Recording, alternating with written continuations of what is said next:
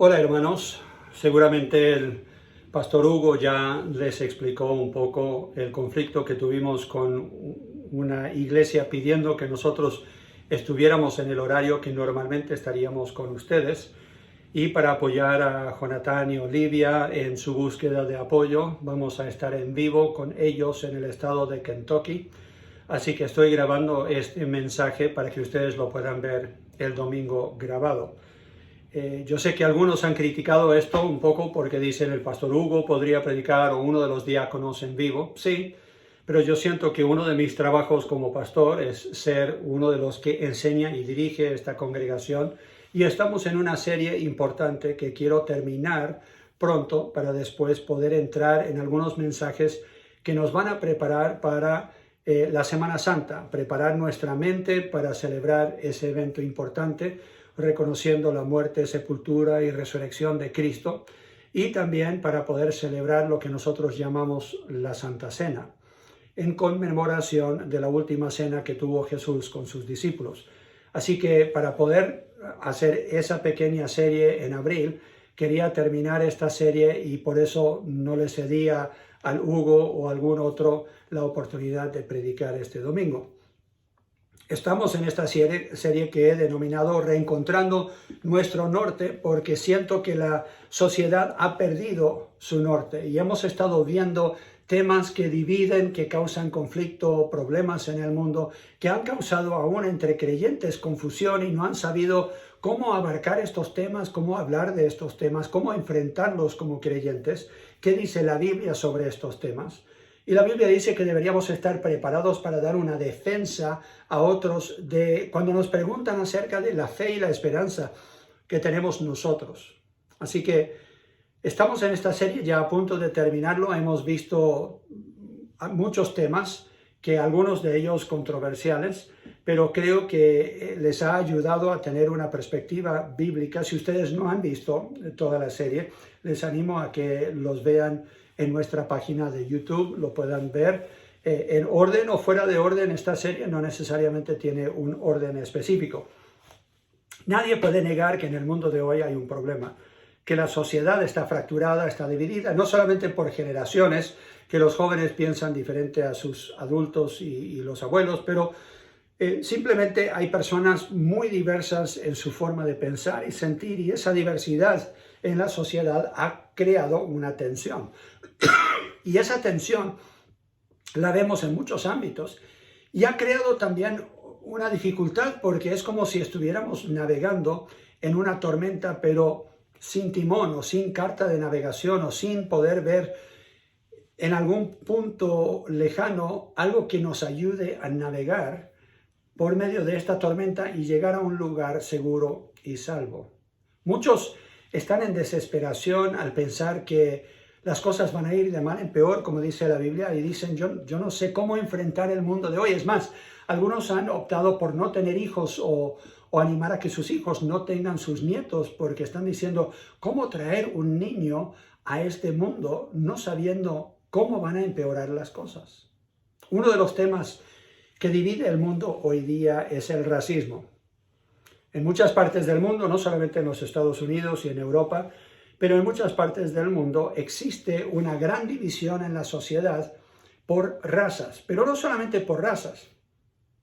Podríamos decir que hay tribus urbanas, como los llaman, o grupos que tienen filosofía diferente, un pensar diferente, un sentir diferente sobre cómo debería funcionar la sociedad, cómo debería funcionar el sistema político, la economía o lo que sea, y como esas diferencias dividen, no importa si en esa tribu urbana tienen todos la misma apariencia que tengo yo por color de piel o ser de la misma raza. Entonces, cuando hablamos del racismo, me gustaría hablar de esa división en la forma más amplia, usar esa palabra en la forma más amplia, porque la definición que encontré en internet es esta: cualquier prejuicio, discriminación o antagonismo contra una persona de diferente raza por considerarlos inferiores a uno mismo. Ese es el racismo. Pero yo creo que, aun si no es porque sean de otra raza, pero en cualquier momento que yo considero que otras personas sean inferiores a mí en su filosofía, en su forma de pensar, en su intelecto, en su capacidad física, intelectual, lo que sea, entonces esa viene a ser una forma de discriminación, de prejuicio, realmente una forma de racismo. Todos tenemos preferencias, pero una preferencia no se debería volver un prejuicio que afecta cómo me relaciono yo con otras personas. El racismo en el mundo no se puede negar. No estamos hablando de patriotismo, quiero aclarar eso. Cuando uno es patriota, cuando uno dice yo siento orgullo por ser chileno o norteamericano o de algún país de Europa o donde sea, uno tiene el derecho de sentir eso, es más, ayuda a que uno tenga esa identidad. No necesariamente deberíamos nosotros ver que personas de otros países son inferiores a nosotros, pero podemos nosotros ser patriotas sin pecar, creo. Pero también hay algunos que dicen, uy, ese orgullo que yo siento por ser miembro de mi familia y la historia familiar que tenemos nosotros. Bueno, yo no estoy hablando tampoco de eso cuando hablo del racismo. Estoy hablando de diferencias que tenemos nosotros con personas que no son como somos nosotros. Si consideras que eres superior a los demás por el color de piel, o porque tú eres hombre y ella es mujer, o porque tú estás en un rango económico diferente a los demás con quien te estás comparando, entonces eso viene a ser parte de esta división en la sociedad que deberíamos nosotros corregir.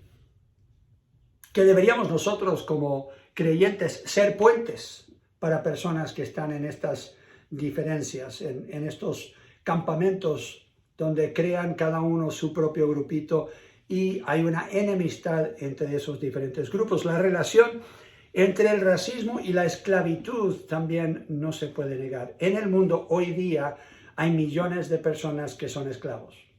Ahora, quizás no se denominan esclavos técnicamente. Están trabajando en empresas donde no ganan un sueldo digno, pero no tienen otra opción, porque no se les permite estudiar, no se les permite mejorarse, no se les permite realmente la libertad para buscar un empleo mejor. Están como en un callejón sin salida, tienen que quedarse ahí y no tienen realmente un futuro. Y es casi como una esclavitud. Hay otros que están literalmente encadenados y tienen que trabajar, han sido comprados o vendidos. Y son comprados y vendidos por grupos que abusan de ellos sexualmente, físicamente, emocionalmente, económicamente. Hemos visto que personajes que eran muy reconocidos en el mundo como políticos y personas de algo de fama, por ser ricos y personas de influencia, han caído ahora en esta red que están descubriendo por todo el mundo, personas que tienen hasta sus propias islas donde pueden llevar a niños menores y abusar de ellos sexualmente. Y son expertos en tender la trampa y hacer de que estos niños, quizás los que han huido de su hogar, los que no tienen padre o madre, los que están en algunas partes del mundo donde en desesperación están como inmigrantes llegando a otros países buscando una economía mejor, un futuro mejor, y son aprovechados por estas personas que les ofrecen dinero, les ofrecen una vida mejor, pero más bien los esclavizan y los llevan a una vida de abuso y donde otros se aprovechan de ellos. Aún aparentemente han sido acusados personas que no deberían estar practicando esta clase de vida, que uno diría seguramente ellos no son culpables de esto, como príncipes y reyes, presidentes, gobernadores, senadores, personas importantes de la sociedad. Contrario a lo que muchos creen, no sucede esto solo con personas de diferentes razas, porque cuando hablamos del racismo, como yo ya dije, a veces el maltrato y la esclavitud, el abuso de otros, es con personas de tu propia raza. Hay blancos en el mundo que están esclavizando a gente de piel blanca. Hay negros que esclavizaron en la historia y lo siguen haciendo en África y otras partes del mundo, están esclavizando a negros. Habían personas en los Estados Unidos, años atrás, en 1800 y algo, que estaban viajando, como lo hacían también en Europa, pero especialmente en los Estados Unidos, viajaban a África y compraban de jefes de tribus a esclavos negros. Ellos, siendo negros, habían esclavizado a su propia gente y para una remuneración, algún dinero, ellos estaban vendiendo las personas de sus propias tribus a estos personajes que estaban comprando y vendiendo a seres humanos. Ha sido parte de la historia. Si estudias algo de la historia, sabes que hasta en el Oriente, en la China y Mongolia y otros países así, ellos también tuvieron un tráfico y todavía lo tienen hasta el día de hoy, un tráfico en personas de su propia raza que son esclavizadas. Así que no importa el país en el cual estés, probablemente vas a encontrar abusos de las libertades que deberíamos tener todos nosotros como seres humanos, pero esos abusos se encuentran en todo lugar. Y hay no solamente racismo, pero hay esclavitud en el mundo. La esclavitud, podríamos decir, es la máxima expresión del racismo. Porque cuando yo me considero superior a otra persona, entonces no me cuesta abusar de ellos, abusar de mi autoridad, suprimir sus libertades y exigir de ellos algo que yo no tengo el derecho de exigir de otro ser humano. Es en realidad la expresión de orgullo, de sentirse uno superior a otros y con el derecho de privarlos de su libertad y de sus derechos como ser humano. La Biblia prohíbe, siempre prohíbe, el maltrato de otro ser humano. Esto lo hablamos hace unas semanas atrás cuando hablamos de que todos hemos sido creados a la imagen de Dios. No importa el color de tu piel, no importa si eres hombre o mujer, Dios no hace acepción de personas. Y entonces cualquier persona, no importa su raza, su posición en sociedad, su educación, si sea hombre o mujer, sea lo que sea, todos merecen el mismo trato, el mismo respeto, el mismo cuidado, porque Dios los ama. En Levítico capítulo 19, versículo 34, tenemos un pasaje de la Biblia que habla justamente este tema. Levítico, Antiguo Testamento, capítulo 19, versículo 34.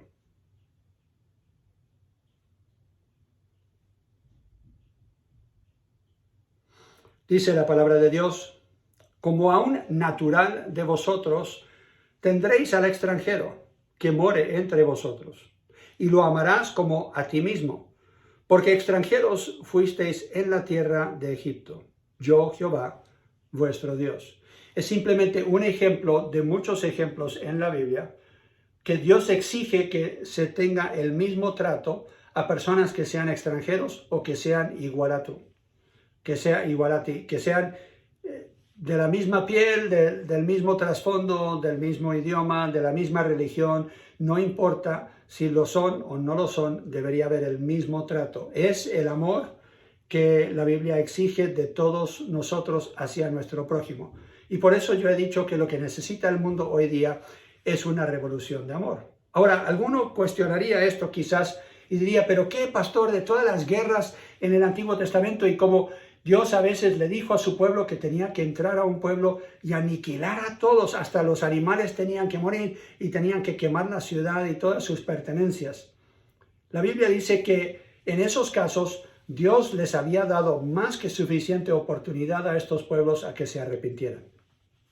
Y usó a su pueblo para ir y eliminar a ese otro pueblo, no por su raza, pero por su pecado. No es que Dios es racista, no es que Dios quiera eliminar a estas personas porque eran inferiores, era porque ellos, habiendo tenido oportunidad tras oportunidad de someterse a la voluntad de Dios y de comprender la gracia y la misericordia de Dios, rehusaban ellos aceptar lo que Dios había dicho acerca de su comportamiento y seguían ofreciendo a sus hijos vivos al fuego a dioses falsos y seguían comportamiento sexual y social de tal forma que Dios dijo, esta maldad hay que eliminarla de la tierra. Entonces no era por racismo, no era por prejuicio, sino que Dios mismo como creador del universo y el que maneja todas las cosas le dijo a su pueblo, en este caso ustedes tienen que eliminar a estas personas de la faz de la tierra. Hay muchos que no entienden por qué la Biblia permite la esclavitud, por ejemplo. Hay algunas cosas que ellos dicen, si hemos de amarnos unos a otros, entonces, ¿por qué no hay una prohibición bien clara, como uno de los mandamientos, los 10 mandamientos? ¿Por qué no prohíbe en forma bien clara la Biblia, tanto en el Antiguo como en el Nuevo Testamento, la esclavitud, que un ser humano sea dueño de otro ser humano? Bueno, el error en gran parte es porque creemos nosotros hoy día que la esclavitud de ese tiempo era igual a lo que estamos viendo hoy día, que automáticamente había abuso de autoridad, de poder, abuso sexual o físico de esas personas. Y no era el caso en una gran parte de la historia, en su mayoría quizás podríamos decir. Ese no era el caso. La esclavitud y racismo en tiempos del Antiguo Testamento, vemos que esclavos tenían protección bajo la ley. Tanto la ley de Dios como la ley secular en ese tiempo ofrecía protecciones para personas que eran esclavizadas. El tiempo de su esclavitud era limitado en cuanto a Israel. Dios dijo ya, en el 7º año vas a dejar ir libre a todos los que son esclavos en tu casa, en tu hogar. Si ellos eran esclavos porque tenían una gran deuda que no podían pagar, entonces ya esa deuda era perdonada después de 49 años, o sea, el año 50 era el año de jubileo, donde se devolvían todas las tierras y se perdonaban todas las deudas y todos los que eran esclavos podían ir libres. Así que había una forma de volver de aceros todo y darle libertad a todas estas personas que estaban viviendo bajo alguna esclavitud. Y en ese tiempo muchas personas voluntariamente se hacían esclavos o siervos de otros. No porque eran comprados, sino ellos mismos se vendían como esclavos. Porque, aunque nos parece raro eso, era para poder pagar una deuda a otro. Entonces se vendían a una persona que ellos sabían que iban a tener mejor trato con ellos, entonces, para poder pagar la deuda a otro, o para poder rescatar a un familiar que fuera esclavo bajo alguien que los maltrataba.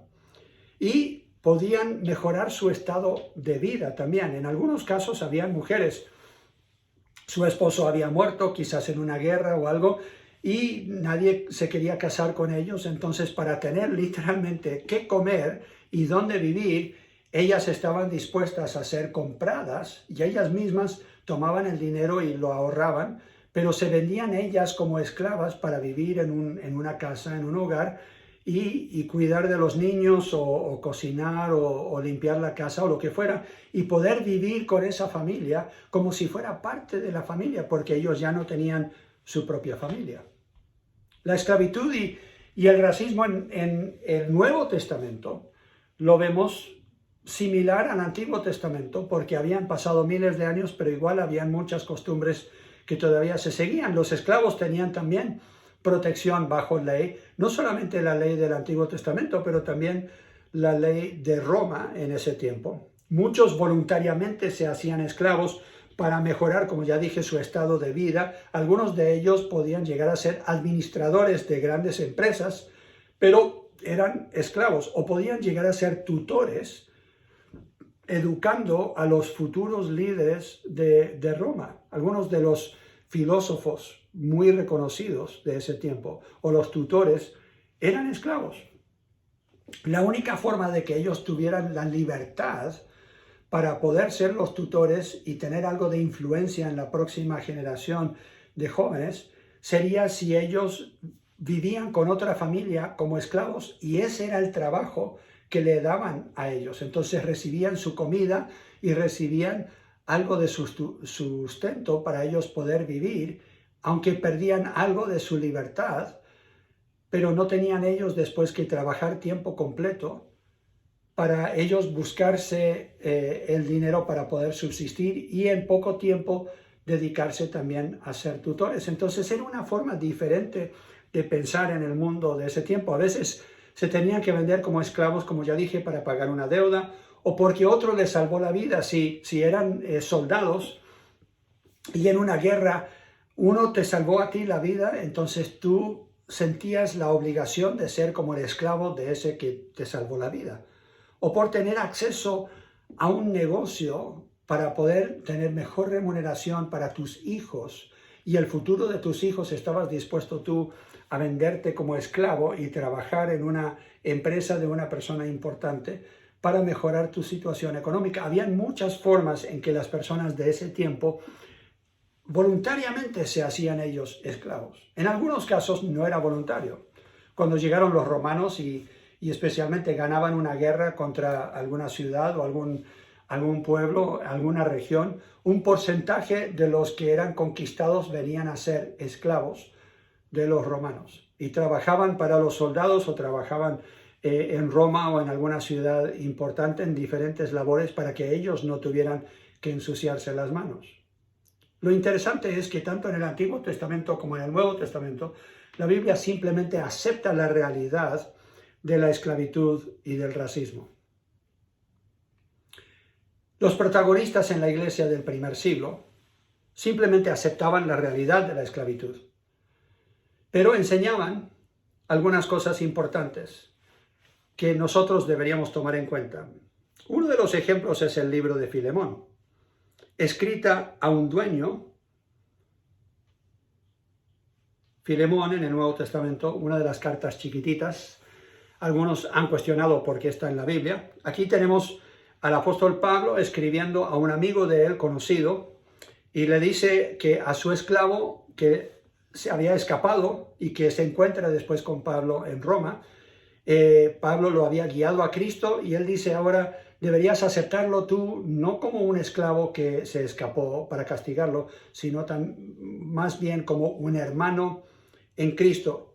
Debería entonces cambiar la relación que ustedes tienen.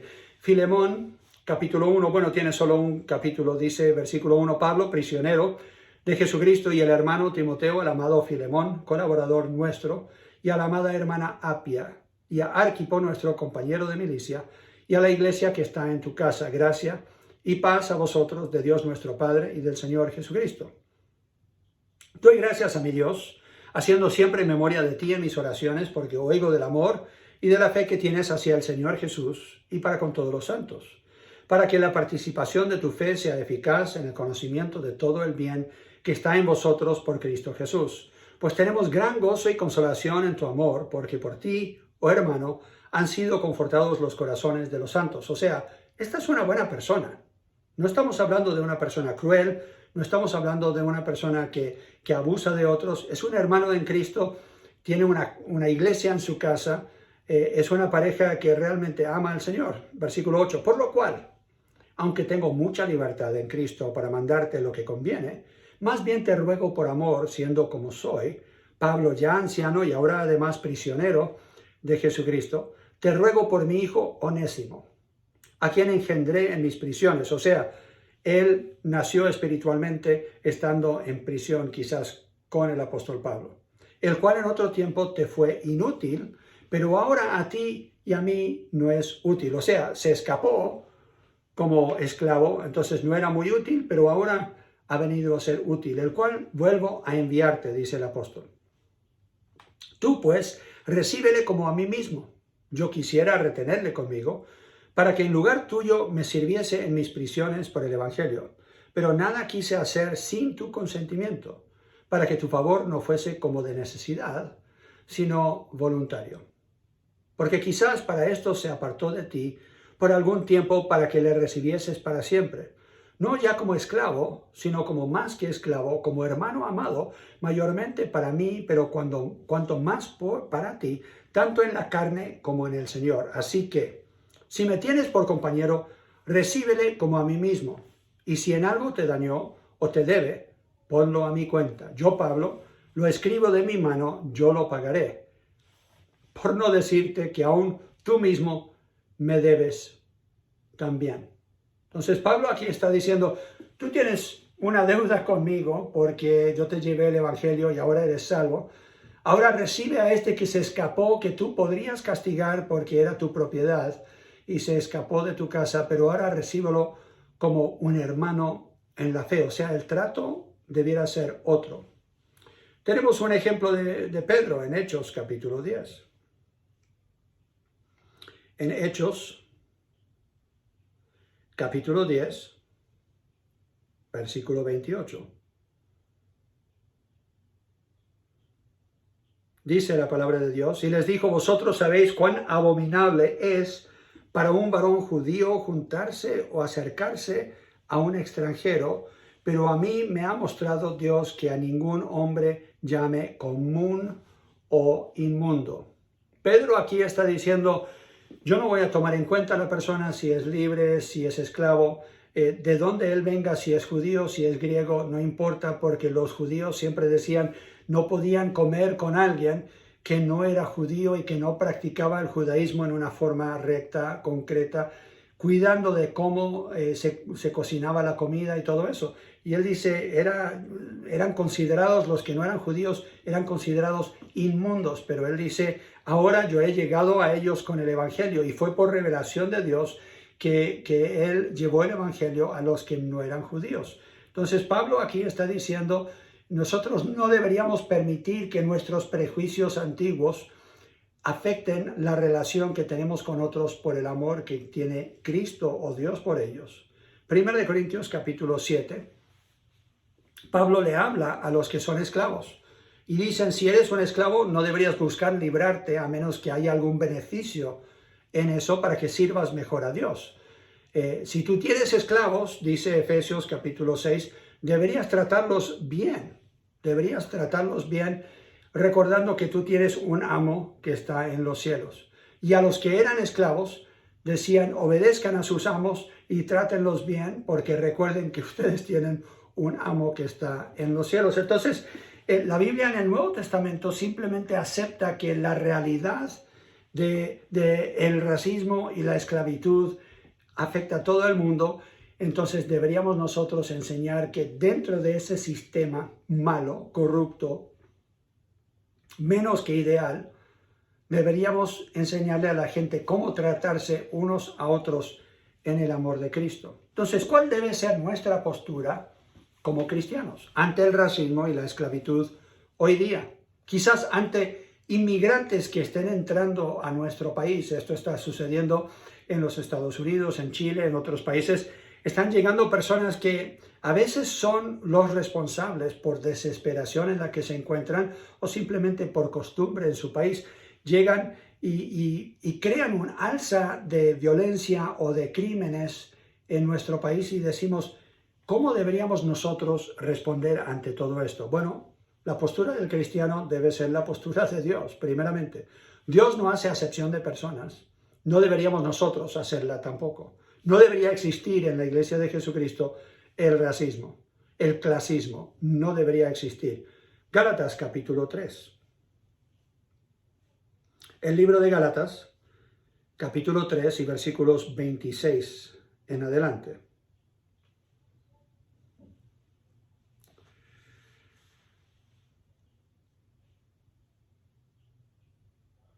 Versículo 25, para tener el contexto, dice, pero venida la fe, ya no estamos bajo ayo. El ayo era un esclavo que guiaba a otro en su educación. Versículo 26, pues todos sois hijos de Dios por la fe en Cristo Jesús, porque todos los que habéis sido bautizados en Cristo, de Cristo estáis revestidos. Ya no hay judío, ni griego, no hay esclavo, ni libre, no hay varón, ni mujer, porque todos vosotros sois uno en Cristo Jesús. O sea, estas diferencias que han marcado una gran diferencia en el mundo de hoy día, donde hay una discriminación, donde hay abuso de autoridad o poder, donde hay separación entre personas, no debería existir en la Iglesia de Cristo Jesús. No debería existir entre hermanos. ¿Por qué? Porque todos somos iguales ante Dios. Pero no solamente está hablando dentro de la congregación. La Biblia dice que deberíamos tratar a todos de esta forma, con amor. Santiago capítulo 2. Esto por ser hijos de Dios, porque Dios no hace acepción de personas. Santiago capítulo 2, versículo 1. Hermanos míos, que vuestra fe en nuestro glorioso Señor Jesucristo sea sin acepción de personas. Porque si en vuestra congregación entra un hombre con anillo de oro y con ropa espléndida, y también entra un pobre vestido andrajoso, y miráis con agrado al que trae la ropa espléndida, y le decís, siéntate tú aquí en un buen lugar, y decís al pobre, estate tú allí en pie o siéntate aquí bajo mi estrado, ¿no hacéis distinciones entre vosotros mismos y venís a ser jueces con malos pensamientos? O sea, están creando división y contienda simplemente por la forma en que la persona está vestida y por la clase de persona que es, o sea, en qué barrio vive o cuánto dinero gana. Versículo 5, hermanos míos, amados, oíd. ¿No ha elegido Dios a los pobres de este mundo para que sean ricos en fe y herederos del reino que ha prometido a los que le aman? Pero vosotros habéis afrentado al pobre. ¿No os oprimen los ricos? ¿Y no son ellos los mismos que os arrastran a los tribunales? ¿No blasfeman ellos el buen nombre que fue invocado sobre vosotros? Si en verdad cumplís la ley real, conforme a la Escritura, amarás a tu prójimo como a ti mismo, bien hacéis. Pero si hacéis acepción de personas, cometéis pecado y quedáis convictos por la ley como transgresores. Entonces, Dios no hace acepción de personas. No lo deberíamos tampoco hacer nosotros. Número 2. Dios ama a todos por igual. Debemos nosotros amar como Él ama. ¿Qué significa amar a otros? Siempre buscar el bien de la persona amada antes de nuestro propio bien. Primera de Timoteo, capítulo 2, versículo 4. Versículo 3, dice, porque esto es bueno y agradable delante de Dios nuestro Salvador, el cual quiere que todos los hombres sean salvos y vengan al conocimiento de la verdad. ¿Qué es lo que desea Dios? Que todos sean salvos, que todos lleguen al conocimiento de la verdad. No hace acepción ahí, no está haciendo diferencia entre uno o el otro. Juan capítulo 3 y versículo 16 claramente dice, por cuánto amó Dios al mundo, dice en Juan capítulo 3, versículo 16, estaba a punto de decirlo en inglés, porque de tal manera amó Dios al mundo, que ha dado a su Hijo unigénito, para que todo aquel que en Él cree no se pierda, mas tenga vida eterna. Esto Dios lo ofrece a todos, no importa color de piel, no importa si es hombre, si es mujer, no importa si vive en la China o en Japón, o si vive en África, o si vive en las Américas o en Europa. Simplemente para Dios eso no importa. Primera de Juan, capítulo 2 y versículo 2. Hablando de Cristo Jesús, dice, y Él es la propiciación por nuestros pecados, y no solamente por los nuestros, sino también por los de todo el mundo. Cristo murió por todo el mundo. Por amor a ellos se entregó porque sabía que era la única forma de que podríamos llegar al Padre. Es la única forma de tener el perdón de los pecados. Es creer que Cristo murió en nuestro lugar y pagó nuestra condena, porque la paga del pecado es muerte. Y de la misma forma que el pecado afecta a todo ser humano por ser descendientes de Abraham, de la misma forma el amor de Dios es para todo el mundo, para que ellos por medio de Cristo puedan ser aceptos en el amado, puedan tener la salvación. Por eso mismo la Biblia dice que nuestra misión es ir a todo el mundo y anunciar el Evangelio a todas las etnias. Eso es lo que literalmente dice Mateo 28, 19 y 20. Está hablando de que deberíamos llevar el Evangelio a las etnias, o sea, a todas las personas de diferentes colores en cuanto a su piel, de diferentes costumbres, en cuanto a su cultura, de diferentes idiomas, no importa de dónde vengan. Y eso nos lleva a Apocalipsis capítulo 7. Apocalipsis capítulo 7. Dios, número 3, Dios aceptará personas de toda raza en su presencia. Y por eso debemos nosotros aceptarlos en nuestra iglesia, en nuestros hogares, en nuestra comuna, en nuestras amistades. Apocalipsis capítulo 7, versículo 9, en la presencia de Dios, a futuro, esto es lo que vamos a ver. Esta es la visión de Juan. En el Apocalipsis, él dice, después de esto miré, y he aquí una gran multitud, la cual nadie podía contar, o sea, son tantos que no se pueden contar, de todas las naciones, no solo algunas, no que Dios prefiere algunos sobre otros, estaban de todas las naciones y tribus y pueblos y lenguas, que estaban delante del trono y en la presencia del Cordero, hablando de Jesucristo, vestidos de ropas blancas y con palmas en las manos, y clamaban a gran voz diciendo, la salvación pertenece a nuestro Dios que está sentado en el trono y al Cordero. Y todos los ángeles estaban en pie alrededor del trono y de los ancianos y de los 4 seres vivientes, y se postraron sobre sus rostros delante del trono y adoraron a Dios. Va a haber una tremenda adoración a Dios, reconocimiento a Dios por su gracia que Él ha extendido a todo el mundo, y va a ser de cada tribu, cada lengua, cada raza sobre la faz de la tierra. Y si eso ha de suceder a futuro, entonces debería ser algo que nosotros vivimos en la iglesia de Cristo, aquí en la tierra y en nuestras vidas. Juan capítulo 13, versículo 35, Jesús le dice a sus discípulos, por el amor que tienen ustedes unos por otros, sabrán en el mundo que ustedes son mis discípulos. Y yo creo que eso es lo que falta en el mundo de hoy.